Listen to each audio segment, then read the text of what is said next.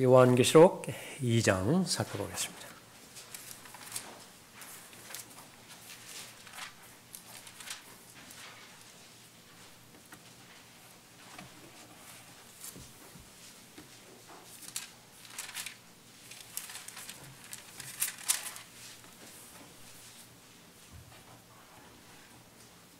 네, 8절부터 11절까지 받들겠습니다. 요한계시록 2장 8절입니다.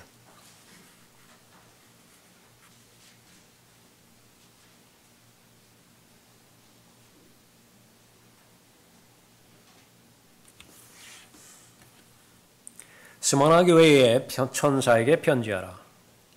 처음과 마지막이요 죽었으나 살아계신 분이 이 일들을 말씀하시느니라. 내가 너희 행위와 환난과 궁핍을 아노라. 오히려 내가 부유한 자로다. 자칭 유대인이라고 한 말하는 그들의 모독을 아노니 그들은 유대인이 아니요 오히려 사탄의 회당이니라. 너는 고난받게 될 일들을 전혀 두려워하지 말라. 보라, 마귀가 너희 중 몇 사람을 감옥에 던져서 시련을 당하게 하리니 그러면 너희가 열흘 동안 환난을 받으리라. 죽기까지 신실하라. 그러면 내가 내게 생명의 멸류관을 주리라. 귀 있는 자는 성령께서 교회들에게 말씀하시는 것을 들을지어다. 이기는 자는 둘째 사망으로부터 해를 받지 아니하리라. 네, 기도하겠습니다. 아버지 하나님, 오늘도 최상의 경배들을 드릴 수 있도록 모든 여건을 구비시켜 주심을 감사드립니다. 그 모든 환경과 여건 가운데 가장 귀한 것은 바로 한 사람 한 사람임을 주님 앞에 고백을 드립니다. 버림받고 잃어버린 바 되어서 죄와 하나님의 심판과 지옥의 영원한 형벌에 저주받은 운명으로부터 버림받았던 그 죄인들이었지만 이해할 수 없고 또 측량할 수 없는 하나님의 은혜와 자비 가운데 갈보리 십자가의 예수 그리스도의 보혈의 공로 의지에서 오늘 속죄자물로 드려주신 또 하나님의 사랑으로 인해서 하나님의 자녀가 되었고 아들의 신분을 얻게 되었으며 매일매일 주님과 동행하는 가운데 생명의 새로운 길 가운데서 새로운 삶을 살 수 있도록 변화시켜 주시니 감사드립니다. 저희들이 해야 할 일들은 구원해 주신 하나님을 사랑하는 것이며 하나님을 높여드리고 하나님께서 원하시는 뜻을 알고 그 뜻을 실행하는 것입니다. 그 외의 것은 아무것도 아닙니다. 그러한 하나님의 뜻을 실행하고 하나님을 높여드리고자 하는 귀한 이 무리들이 이제 영과 진리로 하나님 앞에 경배드리고 있습니다. 한 사람 한 사람 마음의 상태와 영적인 상태를 주님께서 잘 알고 계십니다. 선포되는 말씀을 통하여 그 마음에 참된 진리로 인도함을 받을 수 있도록 주관해 주십시오. 삶의 구체적인 문제들 주님께서 알고 계시오니 다 해결해 주시고 그 결과 모두가 다 동일하게 하나님을 더 사랑하고 또 하나님의 뜻에 존중하는 하나님의 사람들 되도록 귀 역사해 주시길 간구를 드립니다. 이 시간을 통해서 하나님께서 기뻐해 주시고 또 하나님께서 영광 받아 주십시오. 주 예수 그리스도 이름으로 기도드렸습니다. 아멘.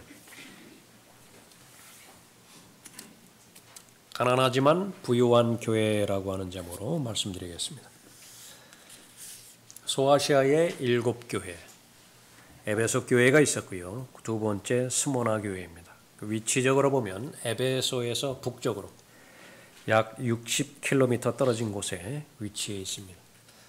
예수님 탄생 전에도 아주 큰 도시였고요. 그러나 예수님 탄생 몇 년 전에 커다란 지진으로 인해서 도시가 파괴되었다라고 합니다. 그 이후에 재건이 되었는데 철저한 계획 도시였다라고 합니다. 더 큰 도시로 큰 번영을 이루었습니다. 항구가 발달이 되어서 세계 각지에서 온 배들이 물건을 사고 파는 중심지였다라고 그렇게 기록하고 있습니다. 그 가운데 특히 몰약의 생산으로 유명했다고 합니다. 몰약, 덤불나무 같은 곳에서 나오는 아주 맛이 쓴 수지입니다. 그 잎이 부서지면 강한 향기가 나오고요. 또 살아있는 사람에게는 향수로 사용되기도 하고 죽은 사람에게는 그 방부제로 사용되기도 합니다. 예수님의 생애와 사역에서 이 몰약이 나타나기도 했죠.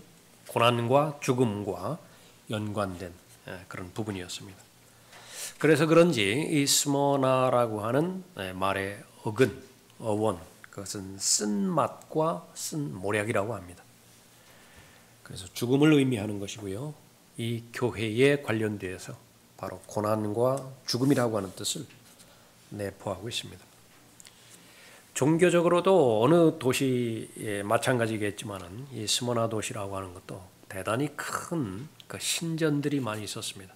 제우스 신전이 있었고요. 아폴로 신전이 있었고 아프로디테 신전이 있었습니다. 특히 제우스 신전과 다른 신전 사이에 금으로 그렇게 포장된 길이 놓여 있을 정도로 그 우상 숭배가 상당히 만연했던 그런 도시였습니다. 유대인 공동체, 흩어져 있던 그 유대인들이 있죠. 하나님을 예수 그리스도를 영접하지 않은 그런 유대인들을 말하는 것입니다. 그런 그 모임들도 상당히 많이 있었습니다. 그런데 이교도면 이교도, 유대인이면 유대인, 그런 영향력 가운데서 한 교회가 있었는데 아주 작은 교회였습니다. 궁핍한 그런 교회였는데 바로 하나님의 관점과 사람의 관점이 얼마나 다른지에 대해서는 성경에 기록된 내용이 바로 그 결론이죠. 대조적으로 라우디케아라고 하는 교회, 그것은 세상적인 관점에서 볼 때 그보다 더 부유한 교회가 없어요. 가장 풍요로운 교회고요. 그래서 사람들이 자연스럽게 생각할 수 있는 것은 그것은 그야말로 하나님께서 복 주신 교회 같습니다. 사이즈는 사이즈대로 크고요. 사람 수는 사람 수대로 늘어나고 거기에서 재정은 재정대로 그렇게 넘치는 교회였겠죠. 그러나 하나님의 관점은 반드시 사람의 관점과 같지 않다라고 하는 사실을 우리가 잘 알아야 됩니다. 믿음이 성장하고 성숙되어지는 관점 가운데서 그 가운데서 이로운 점은 무엇이냐 그러면요. 거의 대부분의 성숙한 믿음의 사람들의 관점은 하나님의 관점과 같습니다. 거의 같습니다. 그러나 이 하나님의 관점에서 볼 때에 서머나 교회, 이것은 바로 에베소 교회 다음에 일어나는 그런 교회인데 순교하는 교회이고요. 순교에 지친 교회입니다. 교회의 특징이 바로 그런 그 부분입니다. 그러나 하나님께서 칭찬하시는 교회이고 하나님께서 위로하는 교회입니다. 최종적으로는 성경의 마지막 책 요한계시록에서 교회에 대한 평가 상당히 많은 부분을 차지하죠. 그리고 성경의 마지막 부분도 바로 교회가 등장하는 부분입니다. 갈보리 십자가에서 예수 그리스도의 보혈의 공로로 말미암아서 하나님께서 새롭게 창조하시고 또 새로운 경륜으로 인도하시는 것은 그야말로 교회입니다. 다른 말로 하면 성령의 역사가 이제 바뀌어지는 부분을 말합니다. 그 전까지는 십자가 이전까지는 성령께서 거주하시는 특정한 건물과 특정한 장소가 있었습니다. 성전이라고 말하죠. 그러나 예수님의 죽으심, 묻히심, 부활하심 이후에는 성령께서 이제는 특정 건물에 거하지는 않으십니다. 그 대신에 바로 구원받은 성도 몸 안에 거하게 되는 것이죠. 그래서 성전입니다. 그래서 구원받은 성도 한 사람 한 사람이 바로 교회가 되는 것이고 그리스도의 몸이 되는 것인데 계속 강조하는 것은 하나님의 은혜와 하나님의 자비 가운데서 교회가 시작되었다라고 한다면 이제 하나님께서는 그 어떤 것과도 비교할 수 없는 예수 그리스도의 핏값을 주고 사신 교회이니만큼 그 평가도 대단히 중요하다고 말씀하십니다. 그래서 우리가 믿어야 되는 것은 예수 그리스도를 믿음으로 말미암아서 성령의 전이 되어진 것만큼이나 동일하게 나는 하나님으로부터 평가를 받아야 되는 하나님의 청직이라고 하는 사실을 우리가 아는 것입니다. 그것을 계속해서 강조하는 것이 바로 신약 서신의 중심입니다. 당신이나 나나 이미 한 번 받은 구원이 영원히 보장된다라고 한다면 하나님의 말씀에 의해서 거룩하게 죄와 죽기까지 이렇게 투쟁하며 산 삶이나 아니면 하나님께서 한 번 받은 구원은 영원히 잃어버리지 않는 것이라고 하는 그 보장 가운데서 내 기분대로 내 뜻대로 사는 사람이나 차별점이 무엇이냐고 그렇게 사람들은 묻겠죠. 구원이 다라라고 한다면 그것은 잘 사는 거예요. 그 사람이 뭐 그렇게 투쟁하면서 긴장하면서 계속 하나님의 말씀대로 그렇게 살겠습니까? 그러나 이제 경험이 말해주죠. 하나님의 말씀대로 살아보았더니 이 지상에 사는 삶 동안에라도 이후에 다가오는 삶 그것은 차치하고라도 바꾸지 않는 거예요. 내가 살아보니까 이 지상에 사는 동안의 소원은요. 그러니까 중독으로부터 벗어나는 것입니다. 어떻게 하면 이 알코올 중독으로부터 내가 벗어날 것이냐. 얼마나 많은 애를 써보았고 얼마나 많은 노력을 그렇게 해봤습니까? 얼마나 많은 시도와 실패가 있었어요. 그러나 결국은 알코올로부터 벗어나지 못했다고요. 소원 하나가 있다면요. 이 알코올로부터 벗어나는 것이 소원이에요. 그러다가 그 순간이 왔습니다. 이제는 자유로워졌다고요. 근데 그것도 얼마 잠시요. 또 다른 중독이 나를 사로잡아 버리는 거예요. 그것이 모든 일생의 연속인 것입니다. 그것이 쾌락이고요. 하나님을 떠난 왜곡된 사랑입니다. 그러나 진리를 알고 진리를 경험하고 생명의 새로운 길 가운데 넣어주신 그 길대로 걸어봤더니요. 세상 어떤 것을 준다 하더라도 이 삶의 변화된 삶을요. 바꾸지는 않습니다. 그것이 여러분의 감정이라고요. 여러분의 삶이라고요. 그래서 처음에는 바로 하나님의 말씀에 순종하고 하나님의 말씀을 따르는 것이 대단히 부담스럽게 여겨지고 버거운 짐 같지만은요. 나중에 알고 봤더니 하나님의 창고를 활짝 열어버린 거예요. 그리고 영양껏 가져갈 만큼 식량을 다 가져가라는 것입니다. 어떤 사람은 양동이 들고 온 사람이 있겠죠. 어떤 사람은 종이상자 들고 온 사람도 있을 것입니다. 마음껏 담아가라는 거예요. 담아가라. 컨테이너 몰고 온 사람은 어떨까요? 그 큰 컨테이너에다 꽉꽉 채워가지고 가져가는 것입니다. 그럼 수고는 무엇입니까? 그 양동이에 그 쌀을 푸는 동안에는 그 수고라고요. 컨테이너에 그 양식을 가득 채우는 동안에 그 수고를 말하는 것입니다. 정말로 그것이 애쓰는 것인가요? 부담인가요? 그것을 경험한 사람들은 바로 다른 어떤 것과도 비교하지 않고 하나님께서 주시는 은혜요, 하나님께서 주시는 특권이라고 말씀하고 있는 것입니다. 근데 그것은 잠깐 보여주는 것입니다. 이제는 영원한 것에 대한 약속의 말씀이 그 사람에게 실현될 것이라고요. 바로 여러분이 잘 알고 있는 하나님의 나라의 상속입니다. 하나님의 나라의 상속. 지금 사람들이 지혜를 모아서 투자를 해서 무슨 비트코인이라고 그래요. 그런 것이라든지 금덩어리 같은 거 있어요. 지금 금덩어리가 이제 없다면서요. 그러니까 막 동은으로 막 이제 번져가는 것입니다. 그 잘 배우십시오. 그 열정에 대해서 잘 배우세요. 나는 그것과는 전혀 무관하다고 완전히 손 놓지 말고 배우세요. 무엇을 배워야 되는 것이냐?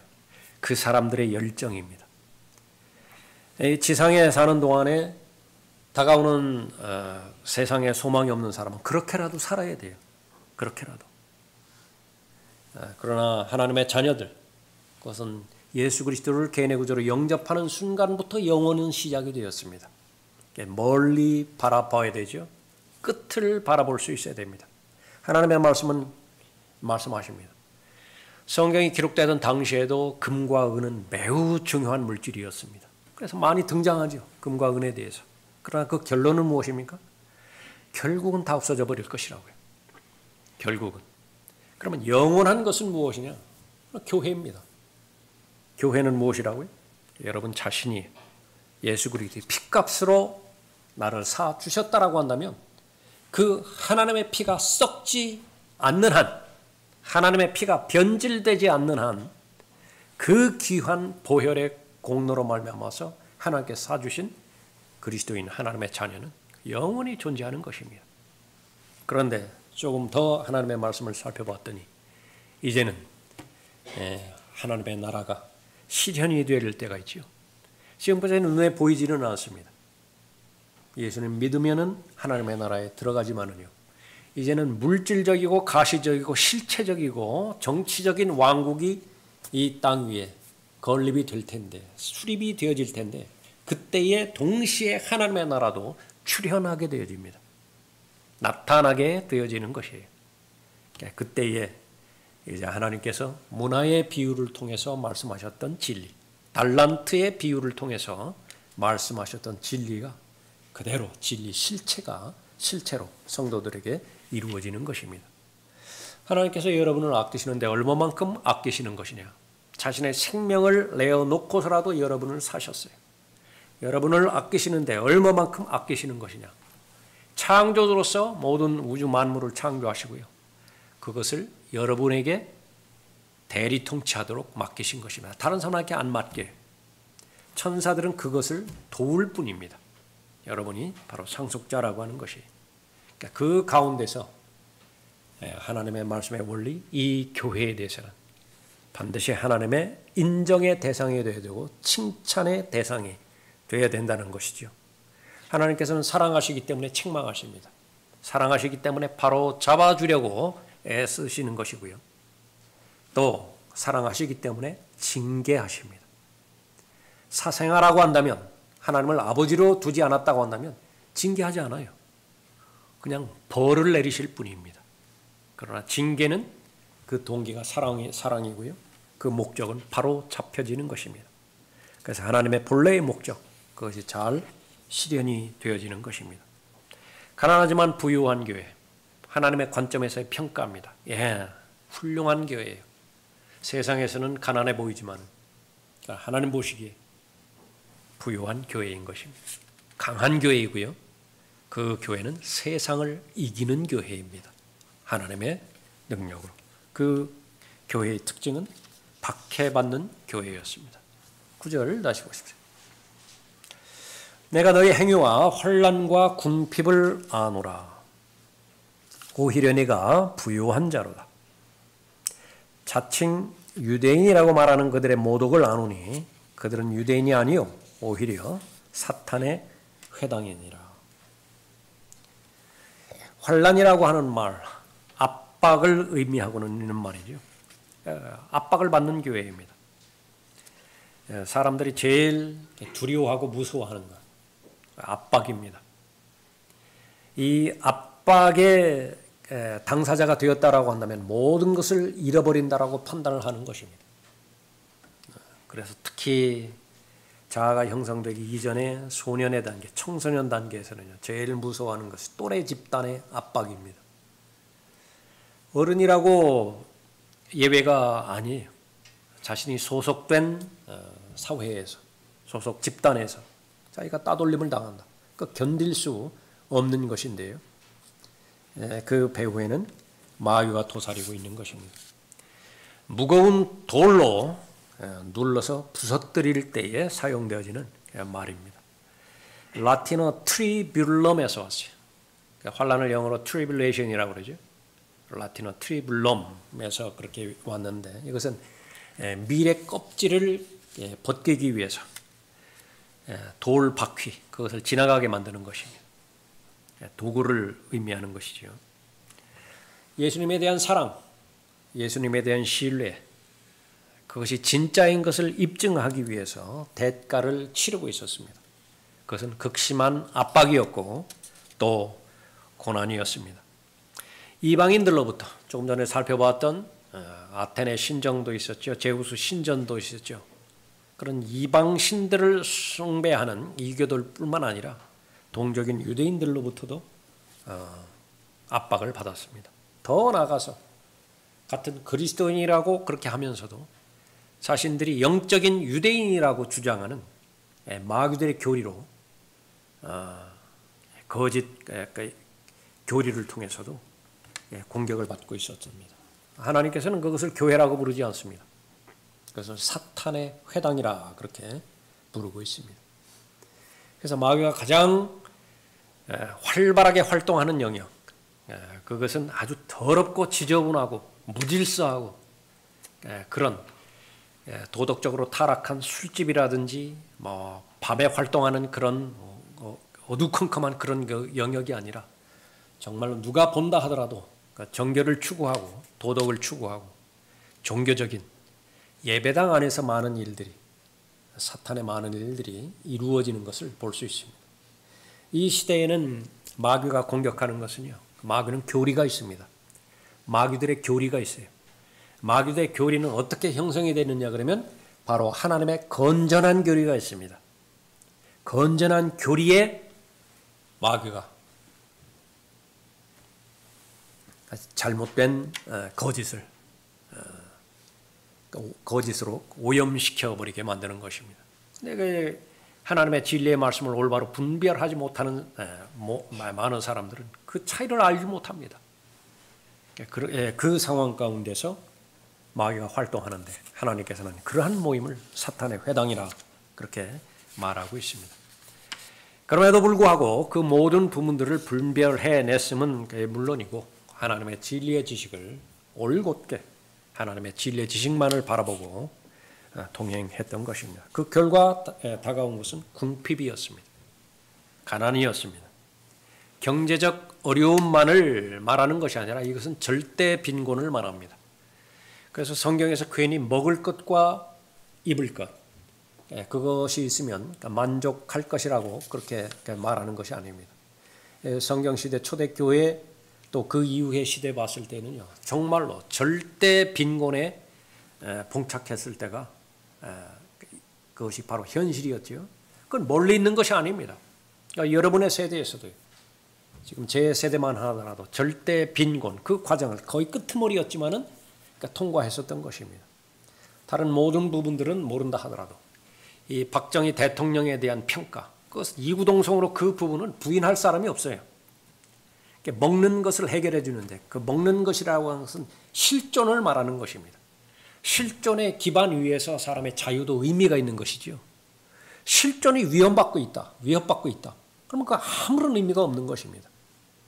바로 그러한 절대 궁핍, 완전히 빈곤한 상태, 그 가운데서도 자신의 믿음을 물질과 바꾸지 않았던 것입니다. 예수 그리스도를 증거한다라고 하는 이유로 직장에서 도태됩니다. 이 당시에 군인이 직업군인이라고 한다면요, 로마 제국하에서 전쟁에 나가기 위해서 반드시 황제 숭배 사상에 의해서 신전에 들어가서 고백을 해야 되는데 그것은 바로 Caesar is Lord, 그 말을 해야 돼요. 그것이 인사예요. 그냥 인사. 그 1년에 최소한 2번, 어느 곳에서는 1번, 그러니까 신전에 가서 그 의식을 행해야 됩니다. 시저가 주님입니다. 시저가, 카이사가 주님입니다. 로마서 10장 9절 10절에서 예수를 주로 시인한다라고 하는 것은 그 상황과 대조되지는 부분입니다. 이제는 아니에요. 지금까지는 시저가 로드였지만은, 주님이었지만은 이제는 예수가 로드라는 것이에요. 그에 대한 희생과 대가, 그것은 사람마다 다 다르지만은요, 거의 대부분을 다 손실당합니다. 거의 대부분을. 직장에서도 마찬가지고요. 이 시대의 직업 가운데서도 예수를 주라고 시인했을 때에 얼마나 많은 대가를 치러야 되는 것이냐. 도시는 화려하기 그지가 없습니다. 물질적인 부를 누리는 것, 그렇게 화려한 도시에 그리스도인들이 살았는데요, 그 그리스도인들은 거의 아무것도 가질 수 없는 그런 상태였습니다.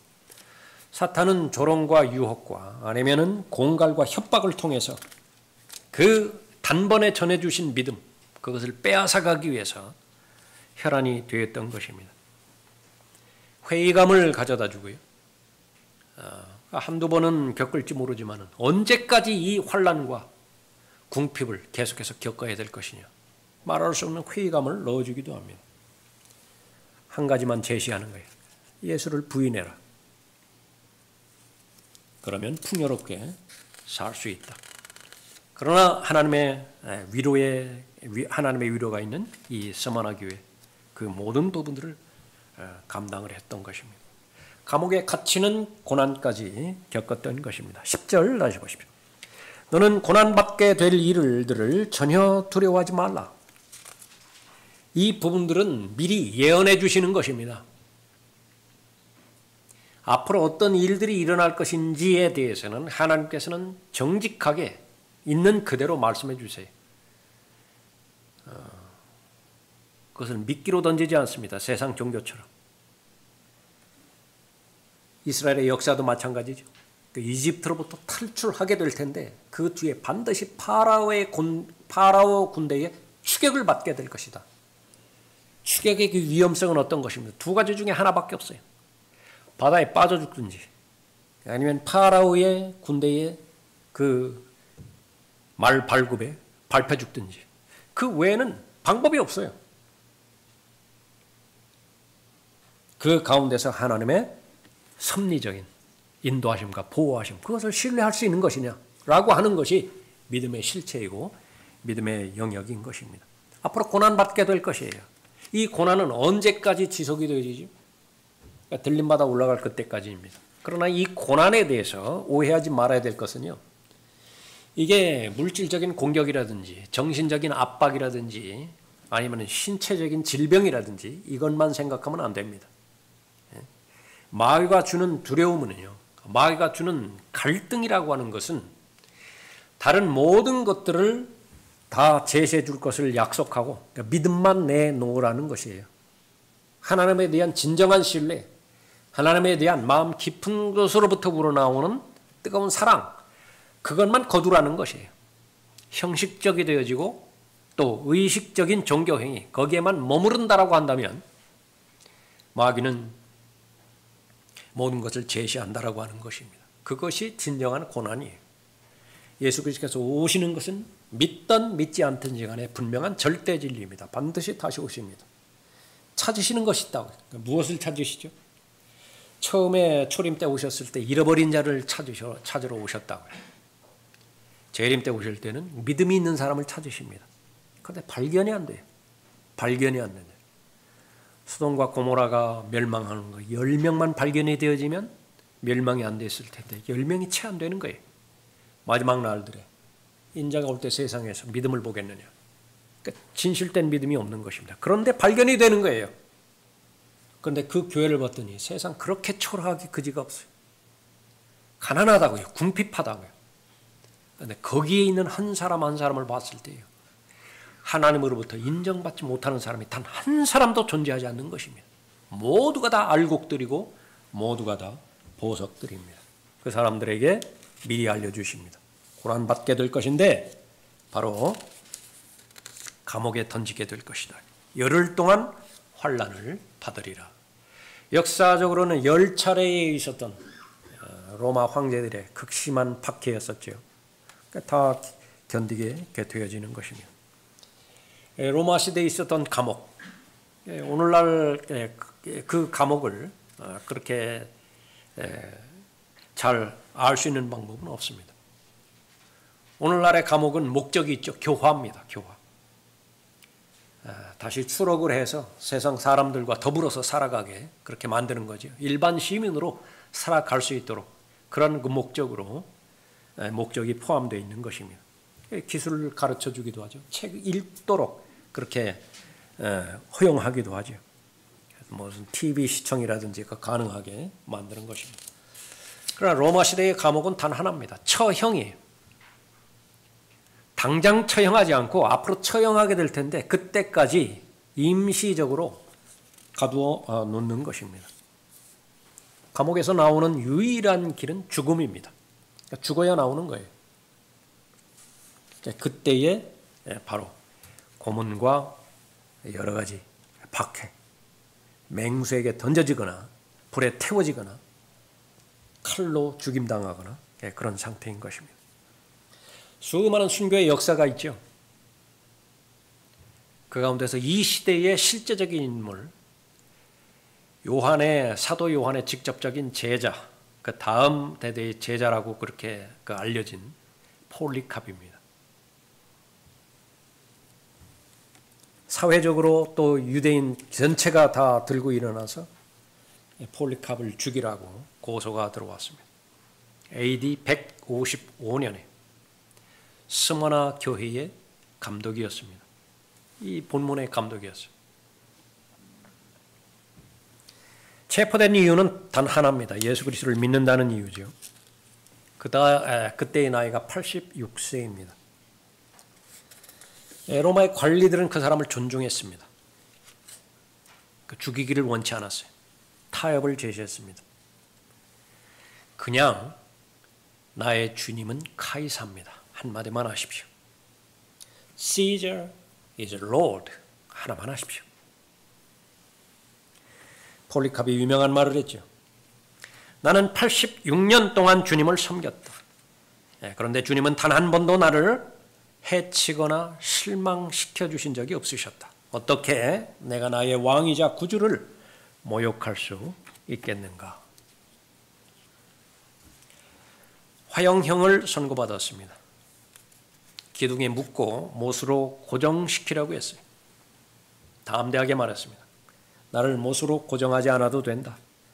나에게 불을 견딜 힘을 주시는 하나님께서 내가 움직이지 않도록 붙잡아 주실 것이다. 불길 속에서 예수님을 찬양하며 순교했습니다. 폴리캅 한 사람에게 국한됐던 일은 아니에요. 시간이 없으니까 그 부분들을 언급하지 않지만은 소녀예요. 10대 소녀예요. 역시 마찬가지로 막대에 묶여서 나무에 묶여서 화형당하게 될 때 자기보다 어린 소녀 다시 죽게 되었을 때 격려하죠. 고무시키죠. 요즘 뭐라면 그 중학교 고등학교 나이라고 예수님 찬양하면서 순교했던 것입니다. 그러면 그게 먼 옛날 얘기인 것이냐? 그 고난과 박해는 들림받아 올라갈 그때까지 변치가 않습니다. 다만 그 모양과 형태가 달라질 뿐이에요. 실로 진짜로 참으로 실로 그리스도 예수 안에서 경건하게 살고자 하는 모든 사람은 그 수가 얼마가 늘는지 몰라요. 정말로 나는 예수 그리스도를 위해서 살겠다. 예수 그리스도를 사랑하면서 하나님께서 말씀하시는 거룩한 삶과 경건한 삶을 살겠다. 그렇게 결심하고 선택하고 지속적으로 그 안에 머무르고자 한다라고 한다면 한 사람도 예외 없이 모든 사람은 박해를 받을 것이라. 예수 그리스도를 가장 잘 믿고 따랐던 사람의 예언의 말씀이기도 하고요. 믿음의 창시자여 완성자신 예수 그리스도의 직접적인 말씀이기도 합니다. 내가 지금까지 너희에게 이런 말들을 많이 말해 주었는데 그 목적 가운데 하나는 너희에게 닥칠 위험이 있는데 그것은 뭐냐면 너희가 세상에서 환난을 당할 것이다. 참된 제자라고 한다면 참되게 예수 그리스도를 따라간다라고 한다면 환난을 당할 것이다. 그러나 기운을 내라. 아무리 무거운 짐이 지워진다 하더라도 그 이전의 너희가 아니다라고 하는 거예요. 그러니까 너희에게 그 짐을 지고 갈 수 있는 근력이 형성되든지 아니면 그 짐을 피할 수 있는 피할 길이 마련되든지 두 가지 하나는 반드시 보장이 되는 것입니다. 그 일을 이루신 분이 바로 예수 그리스도예요. 갈보리라고 하는 장소에서 하나님의 피인 자신의 모든 피를 다 쏟아낸 결과 이제는 하나님을 위해서 내가 선택하고 하나님을 위해서 내가 올바른 결정을 했을 때 그 고난과 박해, 환난 그것을 극복하고 이길 수 있는 힘을 얻을 것이라고 말하는 것입니다. 죽지 않는다 그 말이 아니에요. 매를 맞지 않는다 그것을 보장한다 그것이 아니에요. 대전제를 한번 생각해 볼 때요. 사람은 누구나 죽습니다. 사람은 누구나 죽어요. 그래서 믿지 않는 사람들도 그것을 계속 인식하는데 주력하잖아요. 성공적인 삶을 살려고 하면 지혜로운 삶을 살려고 한다면 사람은 반드시 죽는다라고 하는 것을 의식하며 살라고 그 유한한 인생이라고 하는 것을 말하는 거죠. 그런데 하나님의 사람은 그 죽음을 통해서도 하나님을 영화롭게 해드리고 그 죽음을 통해서도 하나님의 뜻을 실현시키는 것까지입니다. 그것이 인생의 마지막이에요. 인생은 어디까지냐? 출생부터 시작해서 죽음까지입니다. 그런데 많은 사람들은 죽음 바로 직전까지를 인생이라고 그러죠. 그렇지 않아요. 죽음을 반드시 포함해야 됩니다. 복음이라고 하는 것은 예수 그리스도의 동정녀 출생부터 시작해서 처녀 출생부터 시작해서 그것이 처녀 출생이었는지 아니었는지 그것을 입증하는 것이 죽은 자들로부터의 부활인데 부활이 의미가 있기 위해서는 죽음이 전제 조건이 돼야 된다고요. 복음에 예수 그리스도의 죽음이 포함되지 않으면 어떻게 돼요? 어떤 사람들이 말하는 것처럼 십자가에서 실신한 것이다. 정신을 잃었다가 동굴에서 서늘한 동굴에서 정신 차려가지고 나온 것이다. 그것은 전혀 죽음이 아닌 복음이 아닌 것입니다. 어차피 한 번은 죽게 되어 있는 것인데 하나님의 관점에서의 죽음의 관조를 반드시 가져야 됩니다. 어떤 죽음이 좋은 죽음이 어떤 사람이 어떤 죽음이 바람직스러운 죽음입니까? 죽기까지 신실함을 유지하는 그런 그 사람의 죽음이에요. 10대에 죽든 70대에 죽든 상관이 없습니다.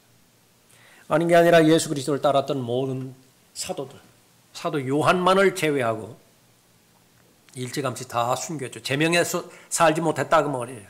제명에 죽지 못한 거예요. 사람들은 어떻게 생각합니까? 아, 불행하다. 그러나 정말로 불행한 사람은 누구예요? 관점에서 90세 이상까지 살았던 사도 요한입니다. 끝까지 계속 견뎌야 돼요. 박해와 고난과 환난을. 그것이 대단한 믿음입니다. 실제로. 여러분도 마찬가지예요. 여러분들이 여러분의 삶 가운데서 계속해서 하루하루 주님과 동행하면서 맡겨준 일들을 잘 감당하는 것. 그것은 대단한 믿음입니다. 여러분들을 위해서 기도할 때 제가 기도하는데 지칠 때가 있어요. 부담이 되어질 때가 있습니다. 다른 말로 하면 버거워요. 어떻게 저런 환경 가운데서 믿음을 유지할까? 바꿔서 생각해 봅니다. 내가 저 처지라면, 저 성도의 처지라고 한다면 저 정도의 믿음을 유지할 수 있을까? 자신 없어요. 자신 없다고요.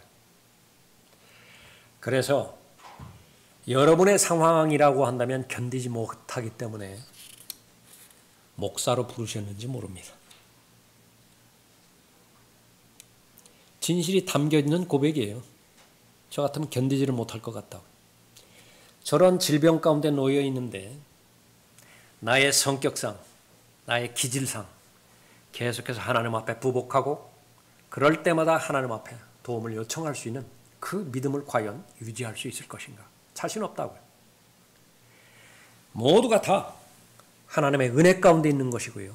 모두가 다 각자의 독특한 상황과 여건 가운데서 하나님께서 견딜 힘을 주시는 것입니다. 그것을 하나님께서는 매우 귀중하게 여기시는 것입니다. 아닌 게 아니라 그 자리를 견디지 못해서 목사 되기로 결정한 사람이 얼마나 되는지 그 수를 몰라요. 견디지 못하는 것입니다. 도망간 거예요. 서만화교회 가난하지만은요, 궁핍하지만 자신이 처한 위치에서 끝까지 완주한 것입니다. 베드로의 믿음도 대단히 귀한 것입니다. 야곱의 믿음도 귀한 것이지만 끝까지 남아서 하나님 편에 서서 그 신약 서신의 완성을 했다. 요한복음을 썼죠. 요한 1서, 2서, 3서 썼죠. 성경의 종결 요한계시록을 쓰기까지 자신의 믿음을 계속 고수했던 사도 요한의 믿음, 그것도 대단한 것입니다. 칭찬받는, 하나님의 위로를 받는 그런 교회가 되는 것입니다. 두 번째, 그 교회는요, 일관된 변함없는 교회였어요. 9절 보십시오. 내가 너희 행위와 환난과 궁핍을 아노라. 정말로 위로받는 위로의 말씀은 예수 그리스도께서 아신다라고 하는 표현을 보시는 것입니다. 이 한마디로 모든 것이 다 해결됩니다. 한마디로 나의 상황과 여건을 주님께서 아시는 거예요. 언제 마음이 가장 충격을 많이 받습니까? 그 사람마저도 그 생각을, 다른 생각을 하게 될 때. 그 사람이 누구예요? 브루투스 아니? 프루투스 넘어져도 너만큼은 그 선에 그쪽 편에 서지 말았어야 되는데, 그러나 성경은 일찌감치 말씀하십니다. 신뢰할 대상이 안 돼요. 사람은 자신도 신뢰하지 말라는 것이. 그러나 오늘 찬송 불러드린 것처럼 친구라고요. 나의 가장 약한 부분을 다 알고 계시고요. 심지어 내가 배반할 생각까지도 알고 계신다고요. 베드로만 예수님 배반할 생각 품고 있었습니까? 그 상황에 다 놓아보라고요. 우리가 믿음 생활하면서 중간중간에 교회를 떠나는 사람들 있죠. 그 사람만 특정한 사람들 아니에요? 그렇게 생각한다고 한다면 아직도 자신을 모르는 거예요. 나는 얼마든지 목사를 배신할 수 있는 사람이고요. 나는 얼마든지 저 성도를 기능으로 대할 수 있는 사람이라고요. 그 잠재의식이 그대로 깔려 있어요. 다만 그것이 표출되지 않는 것은 하나님의 능력의 은혜의 힘뿐이에요. 하나님의 은혜에 의해서 내가 인도되니까, 하나님의 말씀의 능력으로 지금 인도되니까 그것이 죽은 것으로 여겨지는 것이지요. 하나님의 말씀의 인도를, 하나님의 은혜의 인도를 일정 기간만 중단된 채 한번 살아보라고요.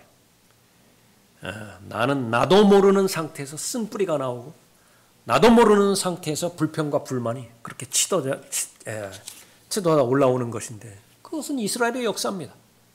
홍해를 건넜을 때 어느 한 사람 춤추고 기뻐하고 큰 소리로 외치지 않는 사람이 누가 있었겠어요? 모두가 다 이구동성으로 하나님의 영광, 할렐루야, 하나님께 찬양 돌려드렸다고요. 그것을 인도했던 모세를 얼마나 추앙했고 얼마나 높여 주었겠습니까? 얼마나 가죠? 며칠이나 갔느냐고요. 거기 이집트에 장사 지낼 곳이 없어서, 무덤이 없어서 이 광야까지 끌고 나왔느냐고. 그 동일한 사람들이었다고요. 그러나 하나님의 위대한 사람, 자신의 환경과 자신의 정서, 느낌, 거기에 절대로 자신을 신뢰를 두지 않습니다. 그건 다 거짓이에요. 그건 다 헛것입니다. 허망한 것이에요. 아침에 일어났던 생각과 저녁에 일어났던 생각, 그 사이에 얼마만큼 많은 사이클이 오고 가는 것인지 한번 의식이 있다고 하면 한번 그것을 중에 적어보시라고요. 하루의 삶을. 절대로 자신을 신뢰해서는 안 되는 것입니다. 그래서 우리의 믿음의 대상은 예수님이어야 돼요. 우리의 믿음의 대상은 예수님께서 하신 말씀이어야 됩니다. 우리의 믿음의 대상은 내 안에서 인도하시는 성령 하나님의 음성이어야 되고요. 내 믿음의 대상은 성령 하나님의 명령에 순종했을 때의 그 결과, 그것만 믿을 수 있어야 되어지는 것입니다. 내가 너의 행위와 환난과 궁핍을 아노라. 나를 아시는 분이, 그분만 우리는 믿어야 되고 신뢰의 대상이 되어야 되는 것입니다. 서머나 교회는 하나님을 기쁘시게 하는 간증을 지녔습니다. 강력한 증거를 가졌었고요. 흔들리지 않는 믿음이 예수님으로부터 인정을 받았습니다. 하나님으로부터 사명을 받았습니까? 그 사명을 이루는 데 있어서 필요한 은사는 하나님께서 다 주시죠. 시간이 필요하면 시간 주실 거예요. 사람이 필요하면 사람도 덧붙여 주실 것이라고요. 목사에게만 성도들 붙여주시는 것이 아니에요. 그렇게 생각하면 여러분은 패배자들입니다. 이 믿음의 주체는 여러분 자신이라고요. 거듭거듭해서 말씀드렸지만 오늘도 영과 진리로 하나님 앞에 경배드려야 되죠. 그러기 위해서는 여러분에게 말씀을 선포할 설교자가 필요하다고요. 그러니까 여러분을 위해서 설교자를 보내준 거예요. 거기에는 시와 찬미가 필요하겠죠. 그러니까 여러분 혼자는 한계가 있다고요. 그렇기 때문에 동역자들을 보내주셔서, 무슨 찬양대라든지 연주자라든지 보내주셔서 여러분의 하나님 앞에 드려지는 찬양이 최상의 찬양으로 드려질 수 있도록 하나님께서 여러분을 도우시는 것이라고요. 그 모든 필요를 다 채우시는 것인데, 그것이 바로 하나님께 주시는 사명입니다. 그것을 내가 아는 거예요. 인식하는 거예요. 그 사실을 알고 죽기까지 신실한 삶을 잘 사는 거죠. 부활의 증인으로 여러분을 불러주셨다라고 한다면, 여러분은 그 부활의 증인으로 하나님께서 불러주신 그 사명에 어떤 형태로든지 다 참여가 돼 있는 것입니다. 난 아무것도 안 하는데, 그렇지 않아요. 여러분의 마음에 부담이 있을 것이라고. 늘 부담을 갖고 있습니다. 그것이 그리스도 안에 있어의 새로운 피조물이라고 하는 증거예요.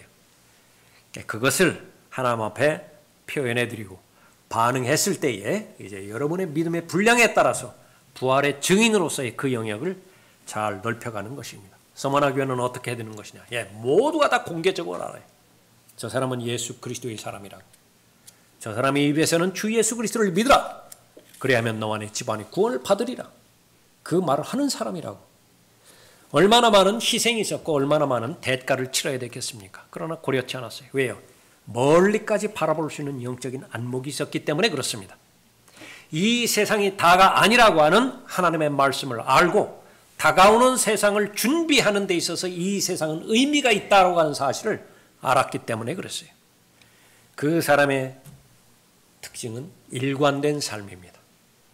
초신자 때는 다시 말하면 자아가 형성되기 이전에 어린아이 때는요.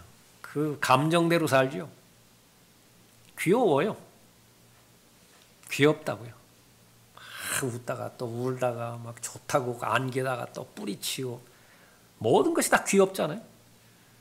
그런데 7살 먹고 12살 먹었는데도 계속 그거 봐요. 지옥 같은 세상이죠. 초신자 때에 하나님에 대한 믿음, 그 최소한의 믿음만 발견되지만 하나님께서는 모두 다 받아주십니다. 무엇을 기도하든지 그 기도를 거의 다 응답해 주세요. 그러나 이제 믿음이 성장하면서 일관된 믿음을 유지하는 것입니다. 상황에 종속되지 않고 자신의 기분에 종속되지 않고 무엇보다도 사람의 영향력에 종속되지 않아요. 그러니까 하나님 한 분만 바라봅니다. 그 사람은 사람 무시하는 사람 아니에요. 사람에게 결례하는 사람도 아닙니다. 그 어느 누구보다도 사람 존중하고 다른 사람보다 자기보다 다른 사람을 더 존중하지만은 그러나 사람으로 인해서 거의 상처받지 않아요. 사람은 신뢰의 대상이 아니라 전파의 대상이라고 하는 사실을 잘 알기 때문에 그런 것입니다. 서머나 교회 마지막으로 위로받는 교회인 것입니다. 10절 다시 보십시오. 너는 고난받게 될 일들을 전혀 두려워하지 말라. 보라 마귀가 너희 중 몇 사람을 감옥에 던져서 시련을 당하게 하리니 그러면 너희가 열흘 동안 환난을 받으리라. 죽기까지 신실하라. 그러면 내가 내게 생명의 면류관을 주리라. 귀 있는 자는 성령께서 교회들에게 말씀하시는 것을 들을지어다. 이기는 자는 둘째 사망으로부터 해를 받지 아니하리라. 교리적으로 그리스도인은 둘째 사망으로부터 이미 자유로운 사람이죠. 바로 그리스도인들은 자신의 행위를 예수 그리스도께서 아시기 때문에 생명의 면류관, 이것은 대표적으로 한 면류관을 주신 대표하는 것입니다. 성경에 5가지 면류관이 있죠. 5가지 뿐인가요? 성경에는 5가지 나와 있어요. 네, 수많은 더 많은 면류관이 있을 거예요. 상과 유혹과 보상이 있죠. 성경에 그것만 있나요? 아니요, 더 많이 있을 거예요.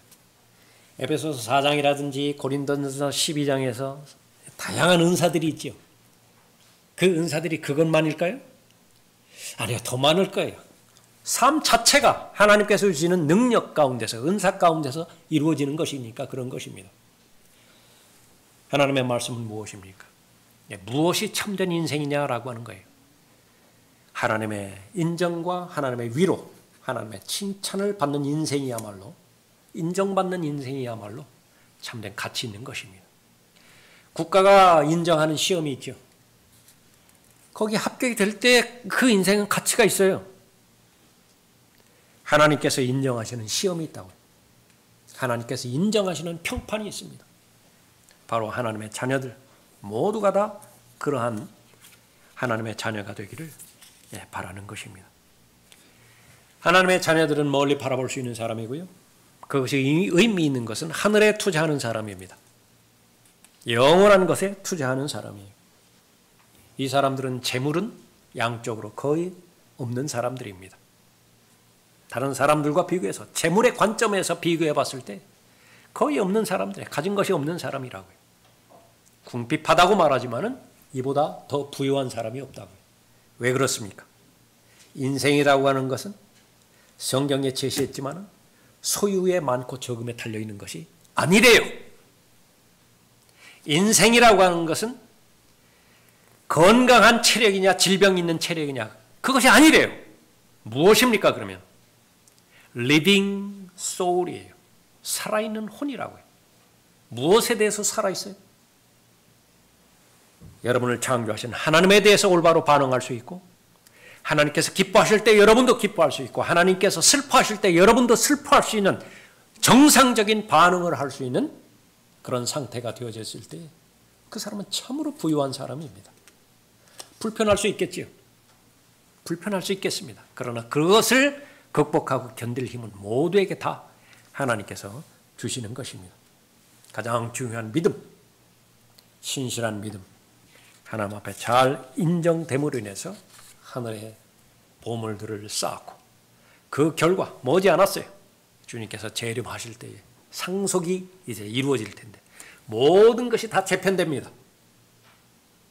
모든 것을 다 하나님께서 흩어버리고요, 하나님의 기준에서 줄을 세우는 거예요. 하나님의 기준에서 모든 조직을 편성하는 것입니다. 무엇에 의한 것인가? 바로 그리스도의 심판석에서 제시되는 기준입니다.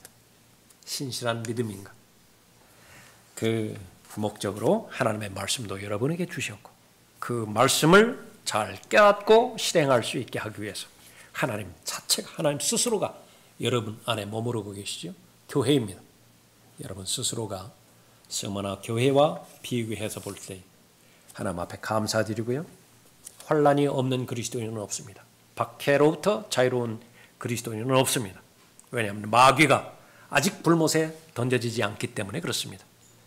어떠한 수단과 계략과 책략으로 여러분에게 형성된 믿음을 도둑질하고 강도질하고 궁극적으로 멸망시키려고 달려든다 하더라도 하나님 한 분만 바라보고 믿음의 창시자여 완성자이신 예수 그리스도만을 바라보고 지금까지 걸어왔던 믿음의 여정들 잘 계속해서 걸어가십시오.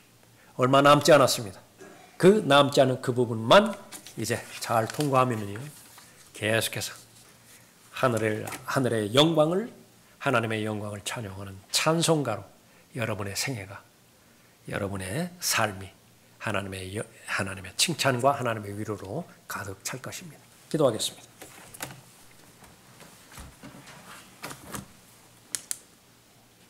아버지 하나님, 베풀어 주시는 은혜에 감사를 드립니다. 저희를 구원받게 해주셨고 동일한 은혜 가운데서 하나님의 진리의 지식에 이를 수 있도록 인도해 주셨습니다. 그 진리의 본질은 바로 하나님께서 말씀하시는 나 자신을 똑바로 직시하는 것인데, 세상의 평가와 관점과는 다르게 하나님께서 바라보시는 관점이야말로 의미가 있고 또 가장 가치 있고 절대적으로 옳은 기준임을 저희들이 주님 앞에 고백을 합니다. 세상의 기준으로 볼 때에 헐벗고 또 가난하고 궁핍하고 비참한 것 같지만 하나님 보시기에 참으로 의미가 있는 믿음이 발견된다라고 한다면 그만큼 부유한 하나님의 대상은 없음을 다시 한번 동의하드리고 하나님 앞에 고백을 드립니다. 그러한 하나님의 위로와 하나님의 칭찬을 받는 그런 지체들과 교회로서 들림받아 올라갈 그때까지 맡겨주신 하나님의 사명들 잘 감당할 수 있도록 인도해 주시길 간구를 드립니다. 이 자리에 견디기에 거의 힘들어 이제 지치기 바로 직전 그런 그 상태에 있는 지체들이 있습니까? 2배의 힘을 주십시오. 2배의 용기와 위로와 담대함으로 잘 구비시켜 주셔서 다시 한번 극복하고 믿음의 창시자의 완성자이신 예수 그리스도를 또렷한 의식 가운데서, 믿음 가운데서 바라볼 수 있는 힘을 허락하여 주셔서 지금까지 걸어왔던 믿음의 여정 포기하지 않고 또 중단하지 않고 계속해서 걸어갈 힘을 허락해 주시기를 간구를 드립니다. 주 예수 그리스도의 이름으로 기도드렸습니다. 아멘. 다 같이 일어나시겠습니다.